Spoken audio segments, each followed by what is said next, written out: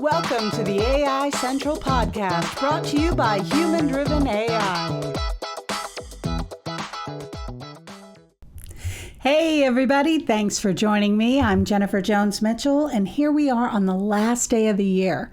So I thought I'd share the top 6 AI marketing trends for 2025.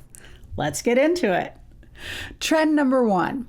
I think we're going to see the use of avatars and digital twins really reach critical mass in 2025. Now, a digital twin, if you don't know, is an avatar of yourself. So you can use tools like Hey Gen, Synthesia, TikTok, Meta, Zoom, and dozens of others to create one. Now, if you want to create a digital twin, please do take a moment to check out our previous podcast on digital twins. You'll find the link above or below, because some of these companies, if you make a digital twin of yourself, the company will own your likeness. Now, some of them don't. So check out that podcast to see the terms and conditions so you really know what you're getting into. Now, of course, avatars are different from digital twins. These are fully synthetically created human-like personas, like those you can find in Synthesia. Now, this is not a twin of yourself. This is an entity in its own right. And both avatars and digital twins will definitely be something brands adopt more of in 2025 because they can be used for so many things. You can use them for customer support, acting like a virtual assistant, handling customer service. Of course, content creation. You can use companies like Synthesia to create an avatar to produce multilingual video content quickly and at scale. In fact, I'm going to be using my own digital twin in upcoming videos, so you'll see what it looks like. And I'm already using a clone of my voice for how-to videos that I'm creating using the tool InVideo. We will absolutely see more avatars and digital twins for content creation in 2025.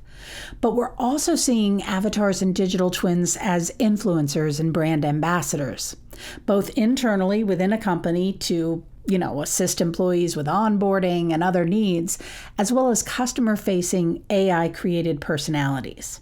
Now, some of these already exist. Nunori is a AI-generated personality who has more than 2 million followers. She has brand deals with Skims and Versace and Hilfiger. She even signed a music deal with Warner Music. She doesn't exist, and she has a record deal with Warner Music. Then there's Michaela, who has more than 3 million followers and brand deals with Samsung, Calvin Klein, Prada, and more. Now, the thing is, younger generations really like following these synthetic characters. And let's face it, if you're a marketer who's had to deal with today's influencer, you will really appreciate how easy it is to work with an avatar. Now, marketers can also use these avatars and digital twins to do things like test products in virtual environments before launch. For CX personalization, for example, retailers can create digital twins of customers to simulate how they might interact with products or do virtual try-ons. And event marketing. Even back during the pandemic, I worked with a company that used digital twins to create virtual event spaces, which allowed attendees of the virtual conference to interact with the brand ambassadors online in this virtual world. So we will definitely see more adoption of digital twins and avatars in 2025. Trend number 2, brand collaborations around LLMs. Now, I've been talking about this for a while now, and I'm really starting to see it play out with my own clients as well as with other brands. So basically, what this means is where brands have a shared audience or brand adjacent topics with customers, I predict we're going to see more and more brands team up to make custom LLMs more robust. So for example, let's say you're an outdoor sporting goods retailer, right? So you could create a custom LLM trained on all your camping, climbing, hiking, fishing, biking gear, and all your products. But let's say your customer asks your LLM questions about the different national parks. Well, if that retailer partners with the National Park Service, you could then train your LLM on all of that content and knowledge. Or say your customer is using your custom LLM and they're asking about the best dog-friendly trails. Well, your LLM could then draw on content from maybe a pet retailer partner to offer tips to keep your pet safe on the hike. Now, the customer benefit is a more robust LLM. And the brands not only get in front of customers, but the data collection will be invaluable. So as more brands start to develop custom LLMs, I predict we're going to see more of these partnerships so that the brands can deliver really exceptional products and experiences. Trend number 3. I predict that we're going to see synthetic emotion analytics to help with product positioning. What this means is AI tools are really evolving beyond the basic sentiment analysis we usually use for A/B testing, which only understands positive, negative, and neutral emotions. But with AI, you can capture and understand the deeper, more complex emotions that really do drive intent. So things like humor, empathy, or really complex ideas like nostalgia. Basically, marketers can develop synthetically emotion-driven tools that can mimic these complex emotions and help brands to analyze and predict deeper emotional responses than the usual A/B testing that we do. So you can use this then in your messaging and your product design. You could even incorporate synthetic emotion analysis in custom prompt libraries, where you'd say maybe, generate 3 emotionally distinct versions of this product description, one using nostalgia, one humor, and one empathy.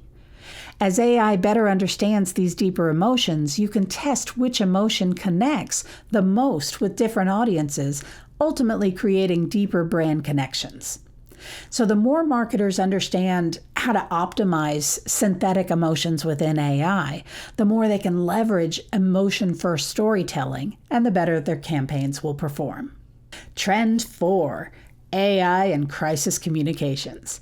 Now, I think most of us are now realizing that AI is the perfect tool to drive real-time, massive monitoring so that you can identify emerging crises before they even become a problem. But AI can also not only assess these situations, but immediately develop the right messaging, statements, and brand actions for rapid crisis response. Now, as I've said before in previous podcasts, we will also begin to see more AI crises with deep fakes, misinformation, data misuse, whether intentional or unintentional, and even AI-generated brand attacks. So while AI will improve crisis planning and response, it will also create new crises that marketers need to prepare for in 2025.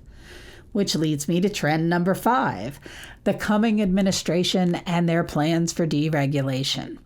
Now, whether they do it or not, they've announced plans for massive deregulation of AI. And as we all know, perception is reality. So brands are going to need to start reinforcing their own messaging, especially to global customers and global partners, around compliance with GDPR and other regulations and general governance of data use. From what I've seen, the coming administration plans to really make AI data collection and model training the wild, wild west.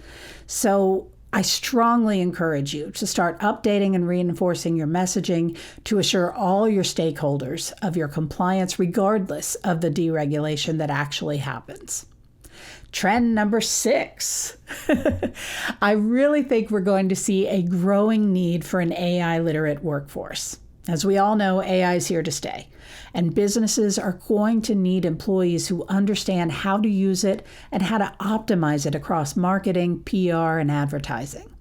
This is part of why at Human Driven AI, we license our classes and trainings to high schools, colleges, and universities to help prepare tomorrow's workforce.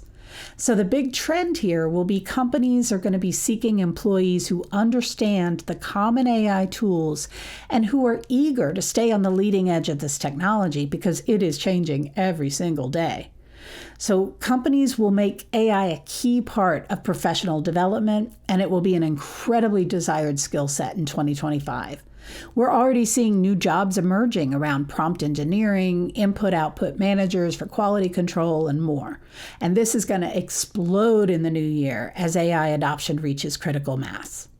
So in short, 2025 will be the year of AI, with more digital twins and avatars, brand collaborations around custom LLMs, synthetic analytics for product positioning, AI simultaneously improving crisis planning and creating new crises, and the need to prepare for the coming administration's deregulations, as well as a greater emphasis on an AI-literate workforce.